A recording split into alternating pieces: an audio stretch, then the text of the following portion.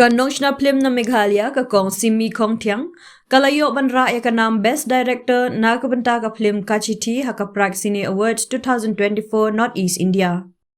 Ya kene kelumpung sam khusnam la penlong hapo jorhat ha ka khandre terik rempang arhajar arpusau. Ya kene ka phlim jong ka kong Simi ka bade ka ktin jaintia la penrung ha ki laitli ki benta jong ka jik sam khusnam ka Best Film, Best Actor Female but Best Director.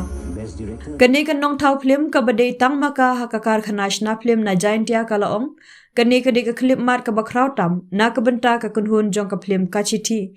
ki don bun ki phlim hakathan shate la mingi ki bala penrung kerteng ha kani ka khusnam ka bapau nga sngo komen ban sngo e halor kani ka benta kalaong ru bakum ka director kani kadi ka sien ka baar bakala sha kan thop ha ka jingsam khusnam ngamshim la poi sha ka thong house nem arjar khatpra henry menta ka kanti ngalayo kala benrap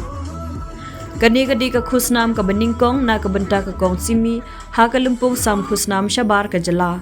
ka Prague Cine Award ka de ka lumpung sam khusnam ka bahe tam ha ka than shate la mingi bat ka jing thmu jong ka long ban pen kiu shu shu ye ki kam shna phlim bat ban ai jing itho ye ki riudan sap ha ka ne ka than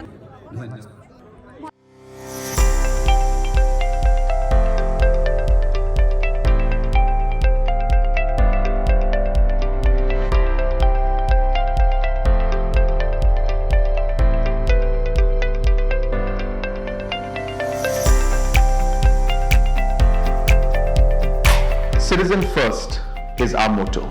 We believe that our citizens need to be connected with government